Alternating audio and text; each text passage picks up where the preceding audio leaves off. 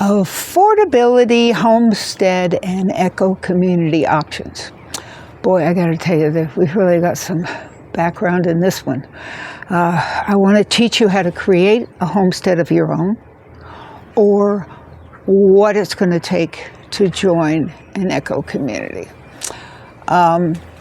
These kinds of things change, so don't take my word as law, except for what I experienced, okay? Because I'm going to tell you what my husband and I experienced in about 2 years of traveling, one solid year and part of another year traveling around, first in a really old, beat-up RV, which didn't give the best impression, and then in a fancier RV when the other one gave out. But, you know, one of the things you want to be careful with you're going to go buy land is don't look wealthy.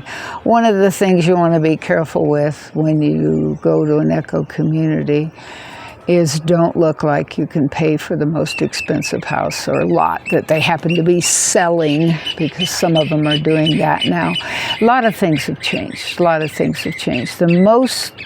most important thing that has changed that affected us was they had a cutoff for anybody who was 55. That is no longer the case. Now they have eco-communities with seniors. They discovered that not having seniors meant that you didn't have that wisdom, and you certainly didn't have grandparents to take care of the little ones when the other folks were working or doing something or going somewhere or whatever. And they began to realize that they were missing something important. But for us, there was a cutoff at 55, and that's why we were never able to find a place. But I still want to tell you about the experiences, because it was really an incredible experience. Now, I've got a list here that I want to go over with you. Why would you consider homesteading or eco-community? Well, one thing you got to think about is, what happens if you have only like 2 or 3 washing machines for 50 people, and you can use them anytime? Well, that means each of you don't have to spend $600 or $2,000 for a washing machine, right? That's a big savings, and that's only the very tip of the iceberg. There are so many things. You can have a room that's filled with 2 chainsaws and 6 hammers and whatever it is. I mean, there are in most eco-communities, they're in rural areas, and there are so many tools that could easily be shared. As long as you can convince everybody to take care of the tools and put them back, that's really important. The responsibility is a big important. Remember, again, I talked about relationships. Well, the relationship that you have with your tools is really important. If you take care of your tools, it's unbelievable the amount of time that you could have to share tools that would save you enormous amounts of money in a rural environment, because you usually only need something. Like if you're putting a fence up and you need a puller to pull the fence, you only need it when you're putting the fence up, right? But maybe somebody else got to put another fence up at another place. And having the tools on, or like a snake, there's a plumbing tool called a snake, which is just awesome. You wind it and it goes down the pipe and comes back and cleans it out. But you only need that maybe twice a year at the most. I mean, unless you did some really lousy plumbing job. So those kinds of things can encourage you to either create an eco-community, or housing community, or homesteading, or go to a community. Now, we took off, well, I want to read you this list because I think it's important. Why would you consider homesteading in an eco-community, other than what we've already talked about, which is sustainability and affordability? Otherwise, you wouldn't have bothered to turn this on. A tornado, a hurricane, or a tsunami, or climate change total to your home. These things happen. They just do. You had a forever job and you got laid off. Your divorce is final. A disability took away the option that you had to do whatever it was, maybe your career or your hobby, whatever it was, it took it away. Those disapprove of the dreams that you had. Those you needed to have approve of whatever your dreams were, they suddenly disapproved, or they made it so clear that they were never going to help you and never be supportive emotionally or financially. Your religious, political, or philosophical views have changed. You've realized that there's something else out there that you want to find yourself in a way that you could has shifted your original thought of buying a house and paying a mortgage for 30 years and living in one place, and no matter what jobs move or what happens with you economically or financially, you're going to stay in that same place. You're sick of living by the rules of the game. Oh boy, that one really hits me hard, because we didn't want to live by the rules of the game. The rules of the game were just not what we were looking for. Your current lifestyle seems to always leave you broke and unhappy. Well, whatever that lifestyle is, it might be leaving you broke or unhappy. AI eliminated the career you've always wanted to have. Maybe you're in college and you're planning a career and it's going away. Well, these things happen in life. AI eliminated the 4-year degree you already have, and now you're trying to figure out, what do I do? I've gotten this degree and now it's useless. Or, and it can go the other way, you just won the lottery and you've decided that now you never have to work again, and if you go into an affordable situation, you're going to be fine, no matter how long you live. An unexpected inheritance hits your bank account. Well, that's always nice. Your retirement date has finally arrived. That's kind of what happened with Don and I. He was disabled from the Vietnam War, and I had several things going on, including going to college. A dear friend's life has changed, and they've invited you to go with them on their journey to a homestead or an eco community, and you're not necessarily going to join one. You just thought, well, I'll go along. That's okay. You finally feel free to follow your passion. Okay. Now, for me, that passion has always been there. I can't remember a time. I was born on a farm, and when '62, when Silent Spring came out, I knew that's where I needed to be. And that's why I pushed so hard for it. And I was 48 when we took off and decided that that's what we really wanted to do, was to find a place. It was March of '95 when we finally left in the RV and started traveling. And we traveled the bottom half of the United States back and forth, because we also went to different earth-centered events and things that were close to that, things that were Native American events or events with white lighters or whatever kind of events there were that had to do with gathering outdoors and talking about how our future could be more sustainable and more affordable. I mean, that's what it was about for us. I am an Aquarius. My sun, my moon, and my Mercury are all in Aquarius. I can remember with my mother, who was never interested in anything about me except that. She really made a big issue about the fact that I was born in the age of Aquarius. And we're right at the verge of that right now. There's a lot of things going on astrologically that have made this an incredible period of time for an Aquarius, which is why at my age, instead of running around with my husband like we did all those years when we were younger, I'm making these videos. I want you to have the information. I want you to save some money and time and effort and be more prepared for what might be coming. You know, it's easier to take ridicule, teasing, which is really a nasty thing, or any of that kind of impersonal judgment. It's easier to take it if you expect it, and you should expect it, because if you want to do something that's different, as I said before, if you want to turn the box upside down and look at it, you're going to get criticism because people would rather you followed the norm. They don't like you to step outside the box. I remember back right out of high school in the mid-1960s, I was really big on reading everything I could get my hands on about what people had done as alternative homes. And I lived in several alternative spaces where the landlord didn't want to fix it up and I was willing to. He was having problems with this or that or the other, and I was willing to take care of that. I've always been a DIY type girl. That's what comes from being born on a farm. You just that's just kind of getting in your nature. And being a military brat, I was always having to adapt to this, that, or the other and make something work. And so that was easy for me. Dad taught me how to roof when I was still in my teens. Actually, I was younger than that.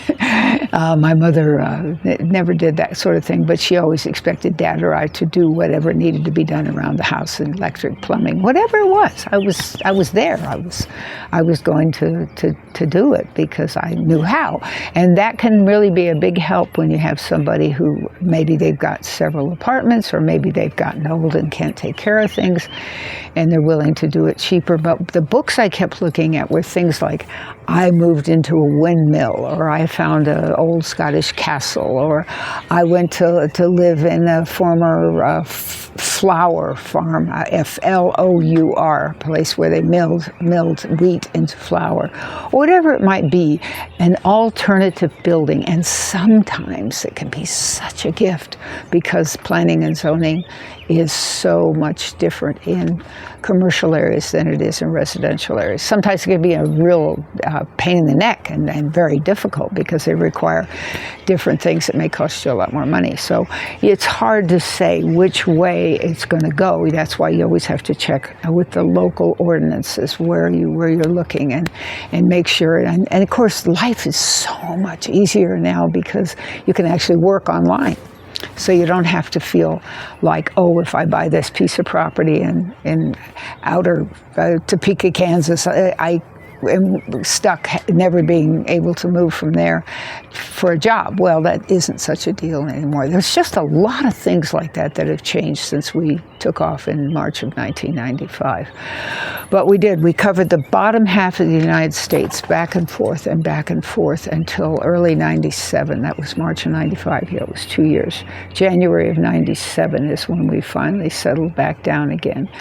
And we lived in the RV again for about another year, because while we were building, it was much more comfortable to live in the RV because we had a stove and we had a bathroom and we were able to have the same bed. You know, these things are more important when you're older. Part of the reason that we took off when we did is that my father worked in the largest computer that there was in, boy, I can't pull up the year. I'm going to guess 73, 70, somewhere between 70 and 75. And he knew the Y2K problem. And I'm going to read this to you because I think it's really important that so many of you may have no concept of what that was about. The Y2K problem in the year 2000 was also called the Millennium Bug, was a potential software and hardware flaw where computers, due to early memory-saving shortcuts, and boy, they were out there, I remember them from email, stored years with only 2 digits. So 98 meant 1998. Unfortunately, 00 for 2000 also meant 00 for 1900. And that made a widespread threatening problem with system failures in banking, utilities, other critical sectors at the turn of the millennium. So the issue required massive global investment in updating code and hardware to convert to the 4-digit to prevent catastrophic date miscalculations and operational chaos. To fix the bug, which people, they didn't want to brag about it, it cost between $300 and $600 billion, that's a B, $billion. They didn't talk about it a lot. They didn't want to upset people. And that's why, having lived through that last 2 years especially, the last 2 years were really chaos. Dad was already dead. Dad had died in '86, but he had warned me. And the last 2 years were absolute chaos. And what was going on with people who were in the field trying to do the things they tried to do. And some of the little countries and little cities were working their butts off because they just didn't have the planning to know what was coming and what kind of effect it was going to have on their computer systems. And computer systems weren't as vital then. They were still vital, don't misunderstand me, but not as they are today. But it was really a scary time because they really weren't sure if they were going to get all this put together in time, and the cost was just so astronomical, and the fear. And so I think that kind of thing, just like the Holocaust, and like the bomb shelters that we dealt with in the 50s when I was a kid, and polio epidemic and rheumatic fever epidemics, people keep these things a little quiet. COVID was a whole lot different. That was pretty out there. But they really tried to keep the Y2K thing quiet. So what concerns me the most about that is I feel like what's going on nowadays is they're trying to keep the climate change more quiet than they should be. We should have more information and insight. We should have plans about when certain islands are going to be underwater and that kind of thing. But they're not doing that because they're concerned about housing. You know, people not being able to sell their houses and that sort of thing, and getting sued because you told about it. And, you know, what's happening now is just that there are so many aspects to everything you try to do. And of course, with the recent administration, who is really, really legal happy, it's even made us more aware of what you can sue for, when you can sue, how you sue, what kind of results you may have, how much it might cost you. You know, it's really scary. It's hard to know just what you're dealing with and what kind of outlook you should have for your own future. And also, they said they fixed the bug, but nobody knows what the bug was. And so right now, the bug is our climate, and we don't really know what's going to happen. So when we took off, we were really obsessed with going to not only eco communities and different homesteads, but solar and wind commercial displays, eco homes, earth ships, any kind of solar displays, any kind of displays in museums that had to do with eco-friendly. I mean, we were just searching. I mean, the internet was not like it is now, and we were searching for anything we could find. We had the big book from the Federation of Intentional Communities, not just a little magazine. We had the big book, and we used that everywhere. We contacted people anywhere we could, and we talked to a lot of people. We interviewed people trying to figure out, well, do you know what Charlie left here? Well, where did Charlie go, and did he start a community, and that sort of thing, because we didn't have Facebook. Yeah, I know. Can you imagine life without Facebook or YouTube? Yeah. Okay, so look it up. You'll see. We didn't have the access to what we could have used nowadays and what you can use nowadays. But that doesn't mean that what we experienced, especially socially, we knew when we were with birds of a feather. It was always comfortable when we went into a community to talk to people, but it was horribly uncomfortable when they asked how old we were, because then they said no. Everyone said no. We had investment money. I had an inheritance. I could have invested about $60,000, $70,000 in either a home or helping with planning whatever they were doing in their community. But they wouldn't even, nothing.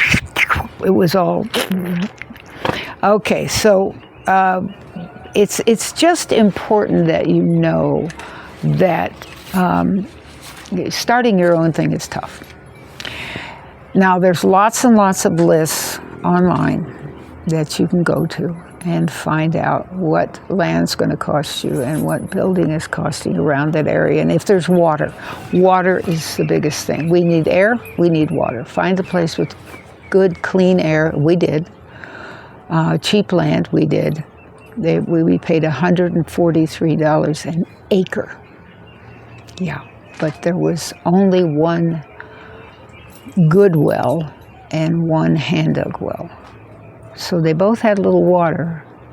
The one was adequate. We were there 12 years. It was adequate for us. We had 14 buildings, like I said. The most people who stayed with us was 11.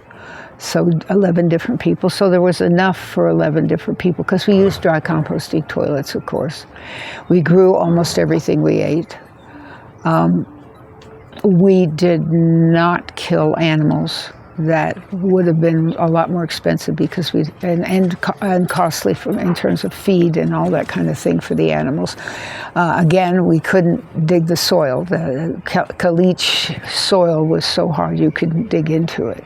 So everything we built, we had to put in foundations on the caliche because it's as tough as concrete. We learned a lot. We had a lot of great, fun times.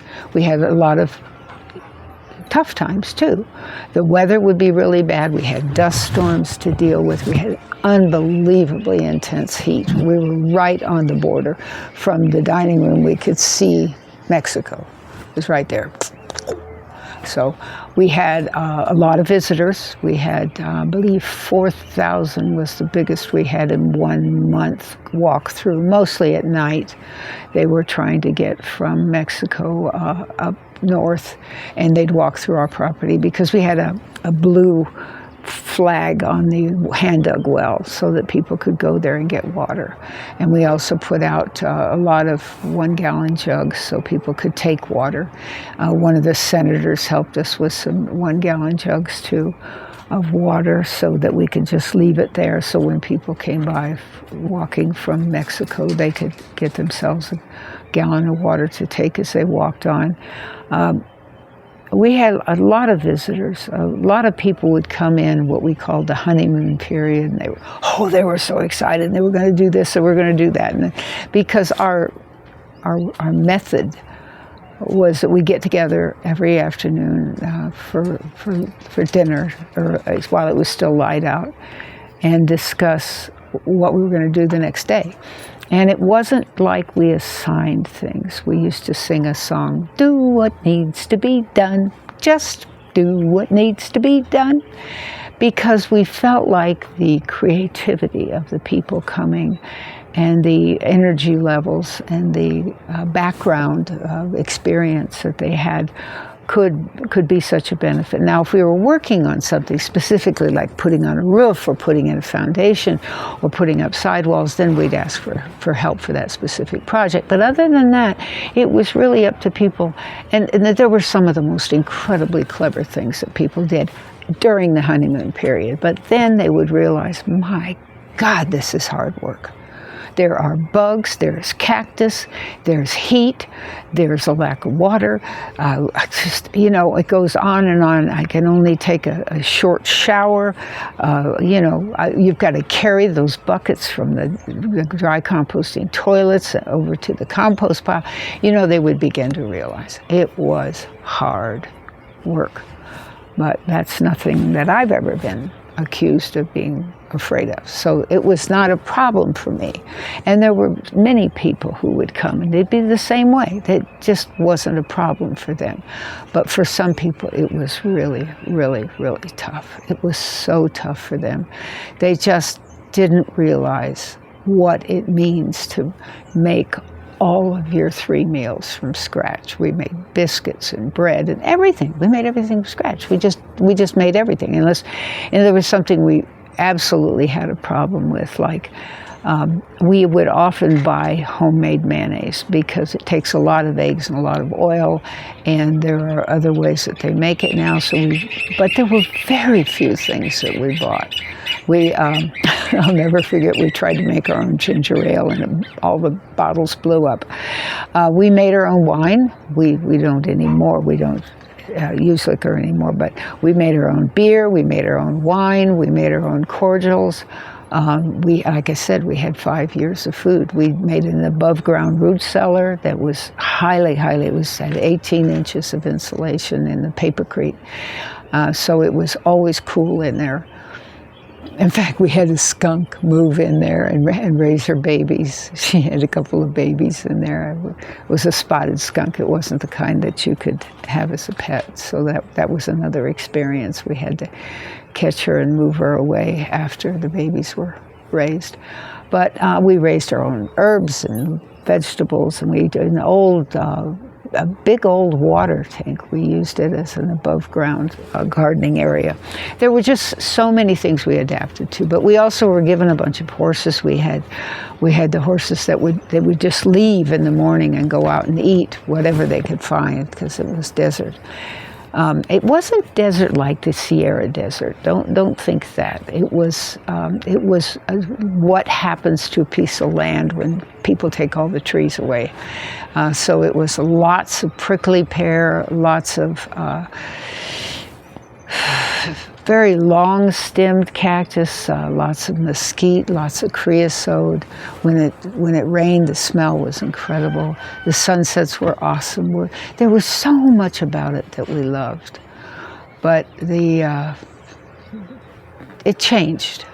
It changed because we had the incredible downturn of 2009, and people didn't want to come. Gas became a problem. Money became a problem. Finances became a problem.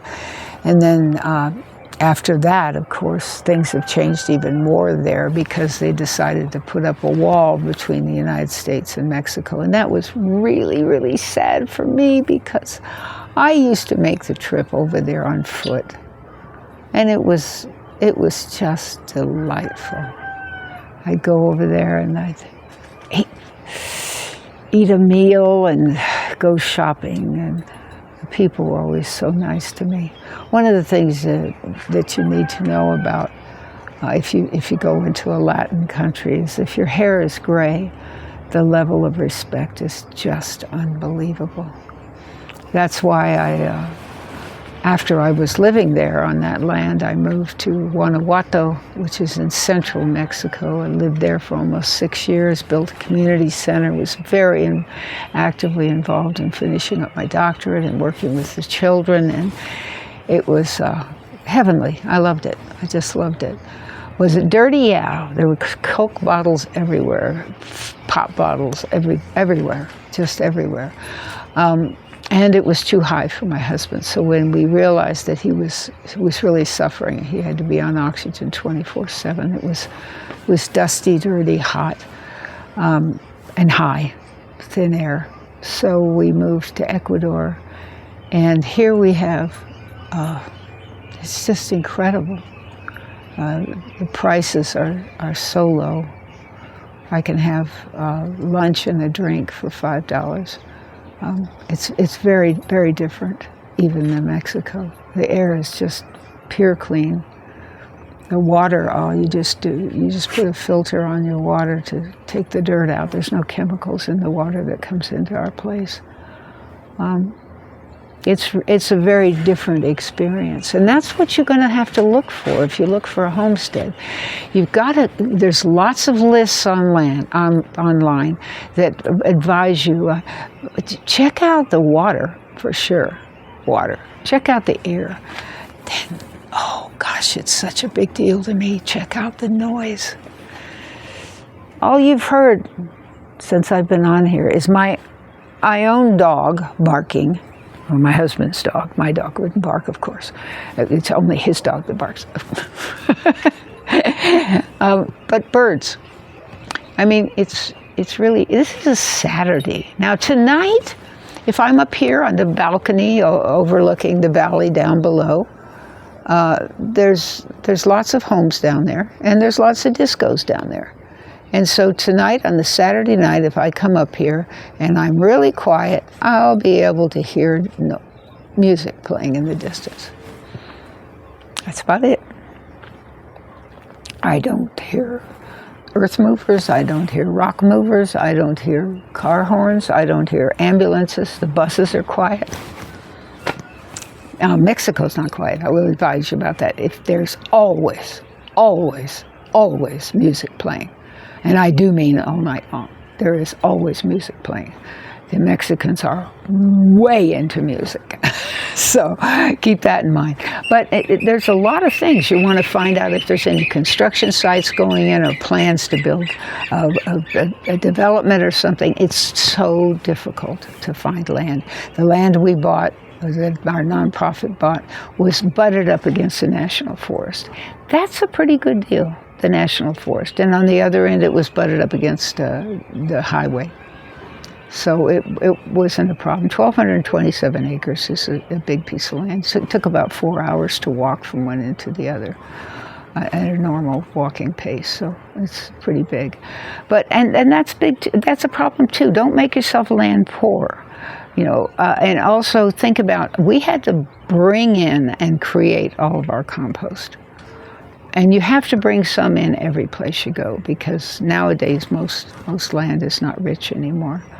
But check on the weather. Find out how many months is it dry, when is it normally wet. And of course those things are going to change because of climate change. But do the best you can to get what you want, because it's really hard to explain the unbelievable joy in being in a space where you have clean water, clean air, quiet, power and control over what's going on around you. I'm talking about planning and zoning there. But you can also be talking about something else. We lived in what was supposed to be a permaculture farm, and they inspected everything we brought in or out. I mean, it was just awful. So remember, keep your power and control.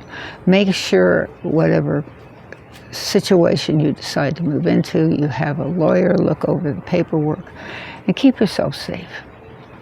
And good luck to you, because I have to tell you, there is no joy more than being in the space you want to be in, doing what you want to do for the costs you want to pay, and feeling that it's sustainable and affordable and quiet and works for you, or noisy if you wanted noisy. If you wanted noisy, get noisy, but get what you want. It will make so much difference in your life. It's so rewarding. I cannot tell you how rewarding it is. Thank you for listening. And please go get my free book. All you have to do is go to the website that's listed in below, summerlandvolunteerartist.org. I wrote an 88-page book on eco building, and if nothing else, it'll give you some ideas about some of the things you might want to look at. So go get the free book. Thank you. Bye.